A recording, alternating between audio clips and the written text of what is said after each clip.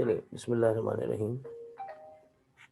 आज हमारे पास डिस्कशन करने के लिए बेंजीन एंड इट्स डेरिवेटिव्स हैं। बेंजीन और उसके डेरिवेटिव्स। बेंजीन के बारे में बुनियादी जो इंफॉर्मेशन तुम्हारे पास होनी चाहिए कि इसका मॉलिक्यूलर फार्मूला क्या है,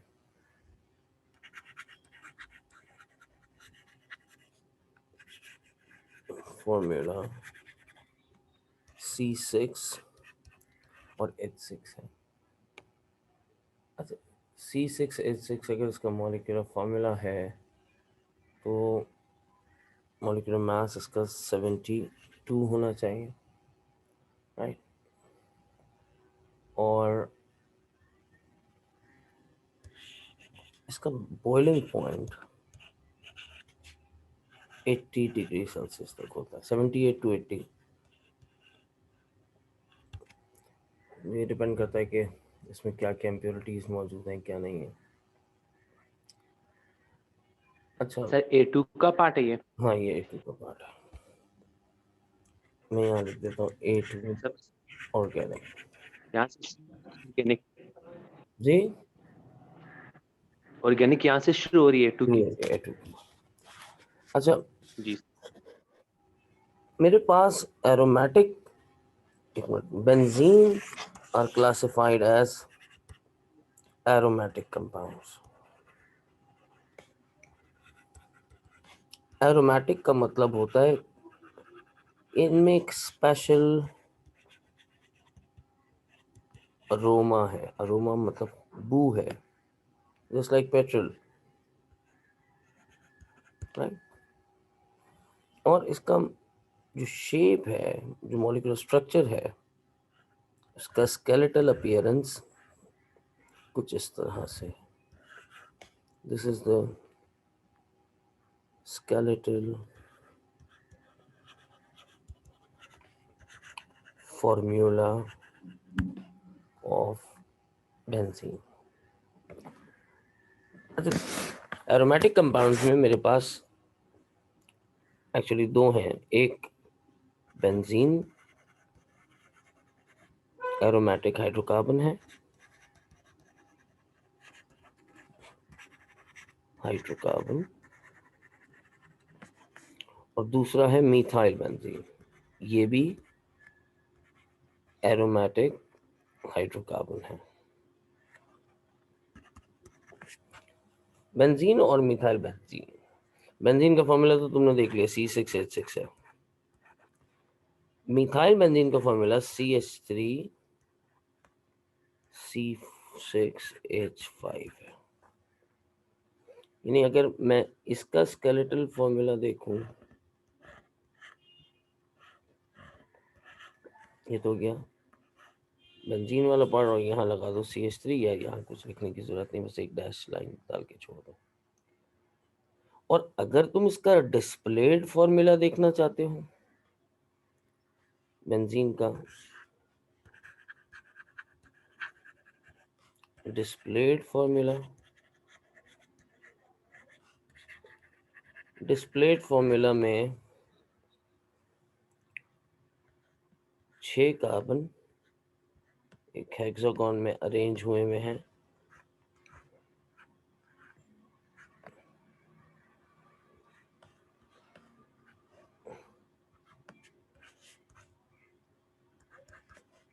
और हर कार्बन के पास एक एक हाइड्रोजन है, और विद इन दिस रिंग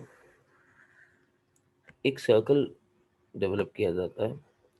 इस सर्कल का मतलब होता है सिस्टम ऑफ डीलोकलाइजेशन इलेक्ट्रॉन, या डीलोकलाइज कह लीजिए, लेकिन सिस्टम ऑफ डीलोकलाइजेशन इलेक्ट्रॉन्स के नाम से भी इसको पुकारा जा सकता है। अच्छा, before entering in the structure of benzene, benzene का स्ट्रक्चर तक पहुंचना, ये एक मुश्किल मरहला है, लेकिन बिफोर दैट मैं कुछ एरोमेटिक कंपाउंड्स के नाम तुम्हारे सामने लिखूंगा. Naming of aromatic compound.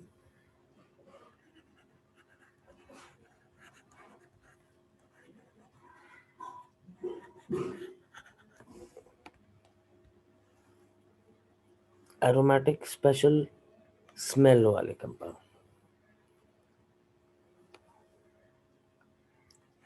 या हाँ ठीक है, ये तो मेरे पास बेंजीन है सबसे पहला. अच्छा, बेंजीन को, ये तो C6H6 है ना, लेकिन अगर C6H5 हो,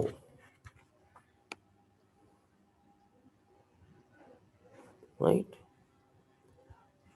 तो मैं इसको फिनाइल भी कह सकता हूं. कौन सा ग्रुप? Phenyl group. फिनाइल हर वो कंपाउंड जिसमें बेंजीन की रिएक्टिविटी कम और उसके ऊपर अटैच ग्रुप की रिएक्टिविटी ज्यादा होगी, तब उसे बेंजीन नहीं कहूंगा, तब उसे फिनाइल कहूंगा. ठीक है, ये वक्त के साथ साथ सीख जाओगे, बल्कि सीखना क्या है, लर्न करना है कुछ चीजों को. तो the names based on benzene, सबसे पहले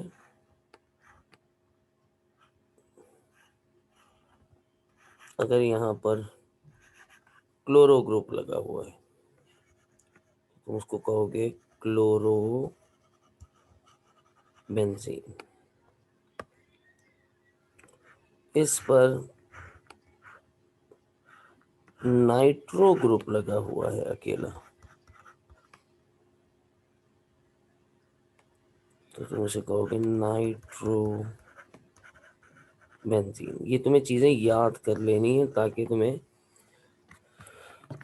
बेंजीन केमिस्ट्री में मूव करते हुए कुछ डिफिकल्टी का सामना ना हो. ओके. फिर इसके बाद अगर मिथाइल ग्रुप लगा हुआ है तो मैं इसे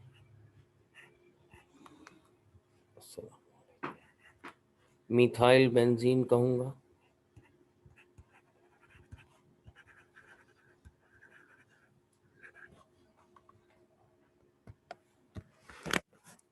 लेकिन फर्ज करो कि अगर ये ग्रुप भी हेलोजनेटेड है, CH2Cl,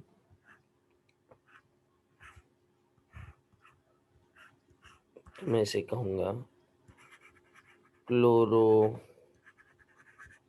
मिथाइल बेंजीन. एक और क्लोरो ग्रुप अगर मैं इसमें लगा दूं, फर्ज करो इस तरह से, CHCl2, तो ये क्या बन जाएगा, dichloro benzene.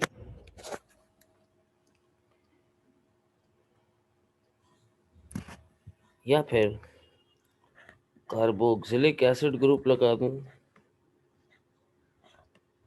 Keep drawing these structures.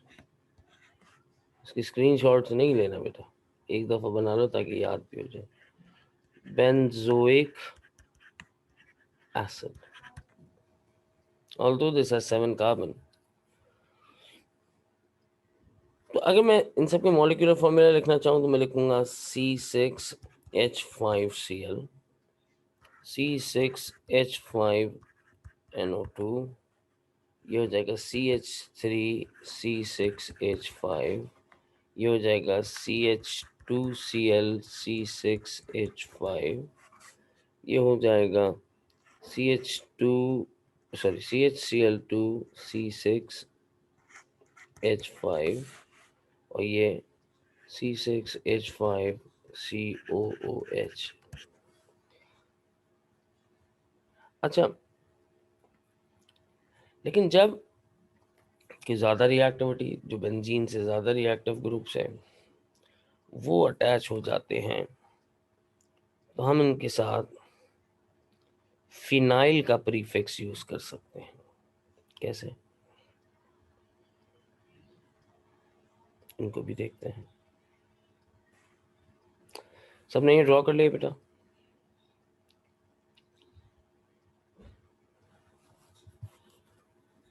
Ji sir, बस पिछले वाली स्लाइड एक बार दिखा दें।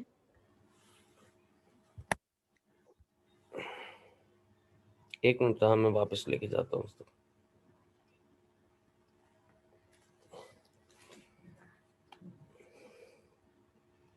जी सर, बस थैंक यू। यार ये अली फिर आज छुट्टी पे, उसकी तबीयत सही है अभी? पूछो जरा मोइस। जी सर, पूछ के बताता हूँ।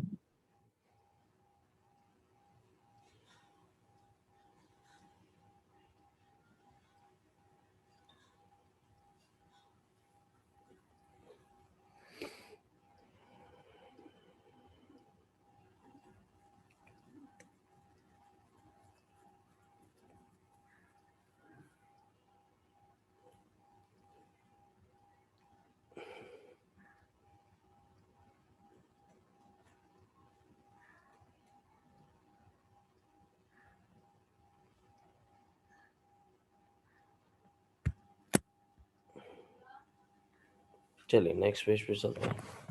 और अब the names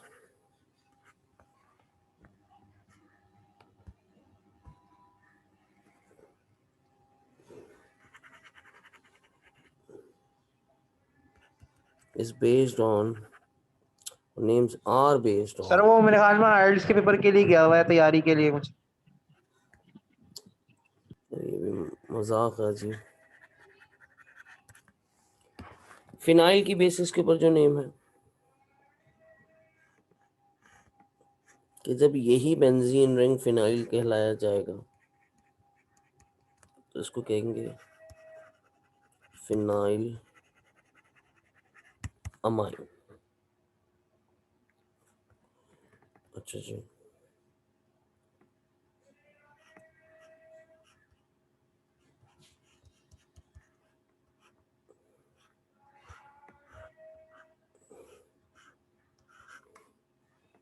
this is phenyl ethene.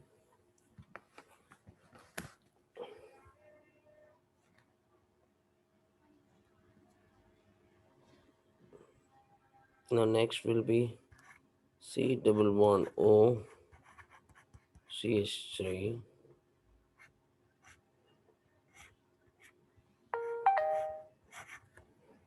So this becomes phenyl, ये कीटोन है, इथेनोन। क्या नाम है उसका? Phenyl एथेनोन।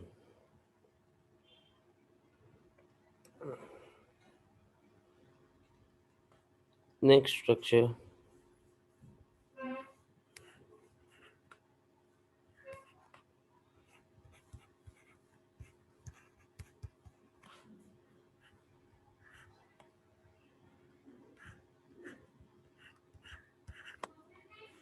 so this becomes phenyl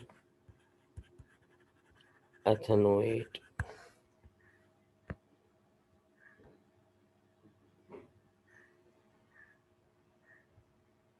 जो अब आ रहे हैं इनसे लेस है, ठीक है कज़ाफी। और सबसे मुख्तलिफ स्ट्रक्चर जिसकी कंप्लीट केमिस्ट्री हमारे पास है वो है,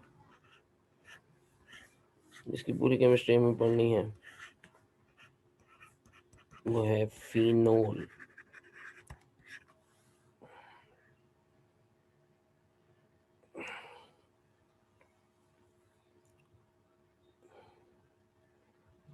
अब यहाँ इस स्टेज पे मुझे तुम्हें एक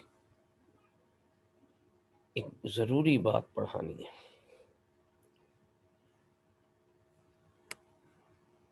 चलो तैयार हो जाओ, ये इतनी ज़रूरी बात है कि पूरी बेंजीन केमिस्ट्री के अंदर बार बार तुम्हारी हेल्प करेगी।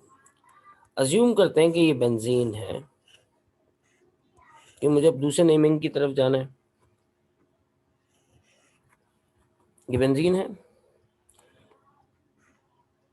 इस पर ग्रुप एक्स लगा हुआ है।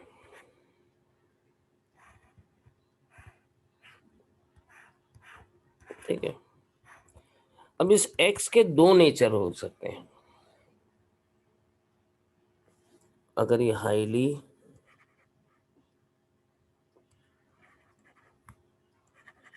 इलेक्ट्रो नेगेटिव है या फिर कंटेन्स लोन पेयर और प्रोड्यूस पॉजिटिव इंडक्टिव इफेक्ट। ये दो चीजें मेरे सामने आ रही है, और से सुनना अबू बकर ना, ये चीज समझ लेना। आदि ऑर्गेनिक मैं इस स्टेज पे मुझे पढ़ाना नहीं होता, लेकिन सर आपकी क्या बात, जी बेटा कदाफी, सर जब ये दो ग्रुप्स अटैच हो तो क्या, तब क्या होता है यही समझा रहा हूँ। सर ये अगर इलेक्ट्रोनेगेटिव स्पीसीज के साथ कनेक्टेड है तो ये ग्रुप इस डीलोकलाइजेशन सिस्टम को, ये जो ये बनाया ना मैंने, अपनी तरफ पुल करने की कोशिश करेगा। तो ऐसे ग्रुप को हम कहते हैं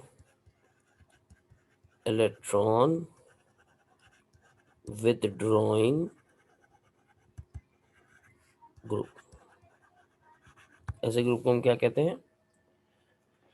इलेक्ट्रॉन विथड्रॉइंग ग्रुप, इलेक्ट्रॉन को अपनी तरफ खींचने वाला ग्रुप। याद रखो, यहाँ मैं पॉइंट लिख लेता हूं। whenever benzene is attached with electron withdrawing groups,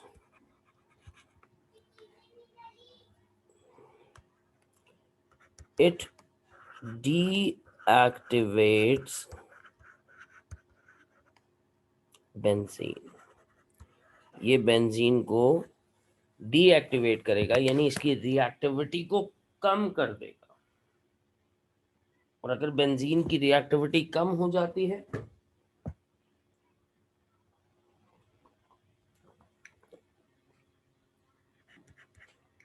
this is indicated by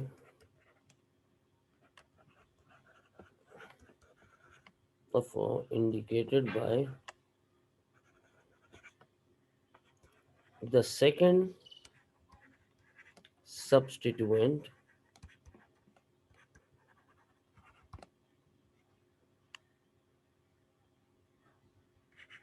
position। इस बात को किस तरह से वो इंडिकेट करता है? सेकंड सब्स्टिट्यूएंट की पोजीशन से इंडिकेट करेगा। क्या होती है सेकंड सब्स्टिट्यूएंट की पोजीशन? सेकंड सब्स्टिट्यूएंट की पोजीशन होगी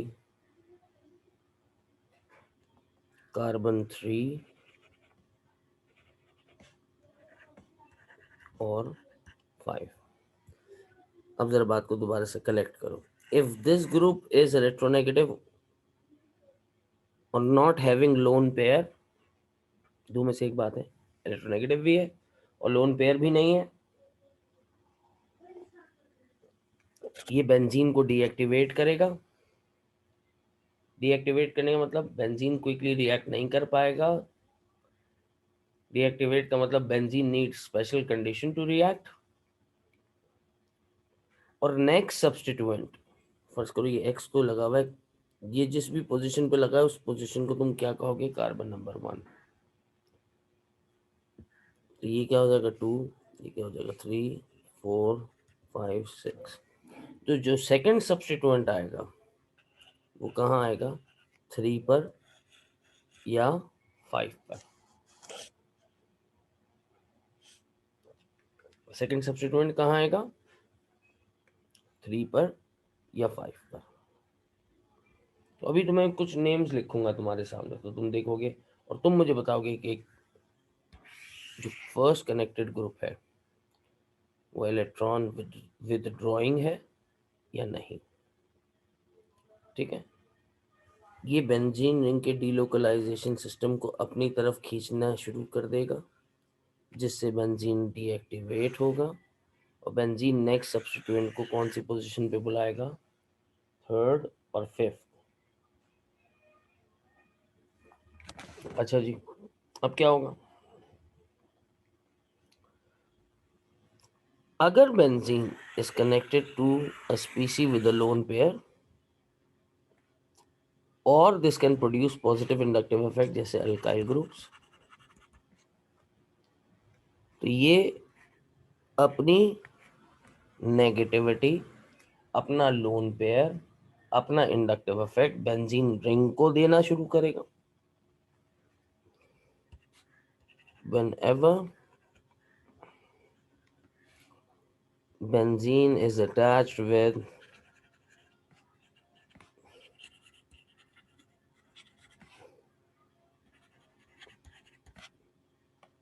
electron donating group,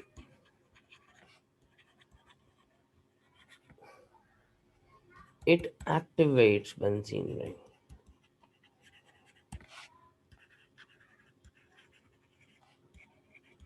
ये बेंजीन रिंग को एक्टिवेट करता है।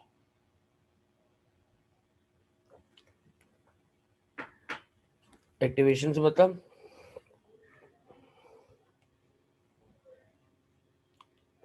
अगर एक्टिवेट हो जाएगा तो बेंजीन बासानी रिएक्ट करेगा। सो बेंजीन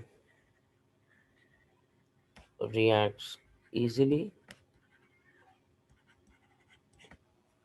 फर्स्ट करो, अगर नॉर्मली बेंजीन को कैटलिस्ट चाहिए तो इस ग्रुप के सब्स्टिट्यूशन के बाद बेंजीन को कैटलिस्ट भी नहीं चाहिए।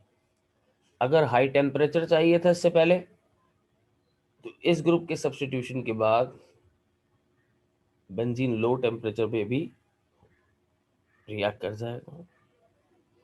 And this is indicated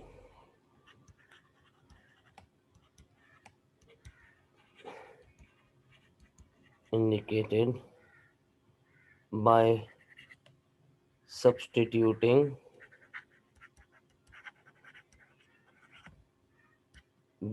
like the second group on position 2, 4 और 6। और इस हालत में बेंजीन नेक्स्ट सब्स्टिट्यूएंट को कहाँ पे लेके आएगा, सेकंड पोजीशन पे, 4th पोजीशन पे या 6th पोजीशन पे। Is that correct, is that okay? ये 2 या 3, 3 4 6 या 2 4 6। 2 4 6, 3 और 5 तो सिर्फ उसके लिए। अच्छा, जी सर। एक छोटी सी बात और बताता चलो, पेज चेंज करने लगा हूं।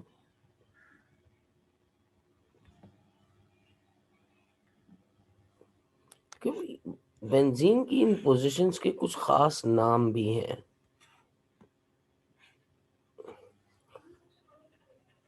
ये पहला सब्स्टिट्यूएंट एक्स लगा लेते हैं।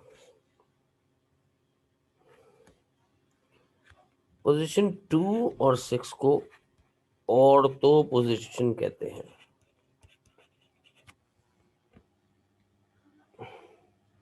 बेटा दिखाता हूँ, जल्दी चलो, ये सेशन का टाइम कंप्लीट होने वाला है। सर इससे पहला वाला।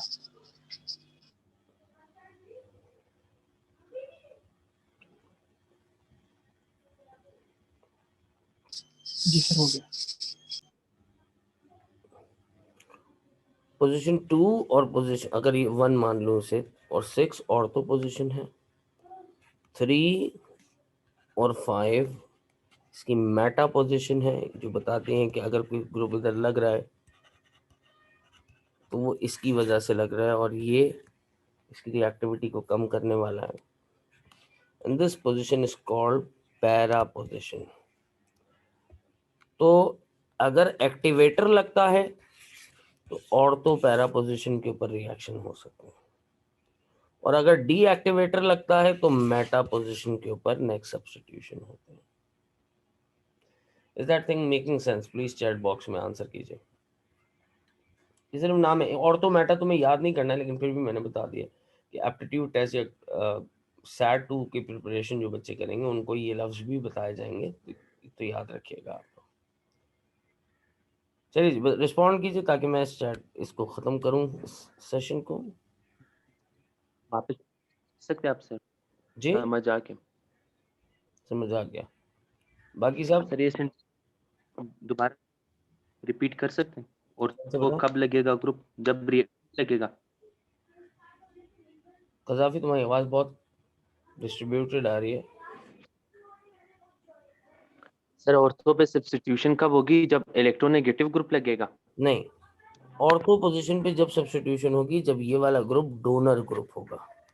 दो ग्रुप हो सकते हैं, या तो डोनर या विड्रॉर। विड्रॉर लगता है तो मेटा पे सब्स्टिट्यूशन होता है, डोनर लगेगा तो ऑर्थो मेटा पैरा, ऑर्थो और पैरा के ऊपर सब्स्टिट्यूशन होता है। ये औरतें नहीं है, ऑर्थो है। ठीक है भाई, मैं जी दूसरा सर। मीटिंग लिंक सेंड कर रहा हूँ। सी यू आफ्टर 5 मिनट्स।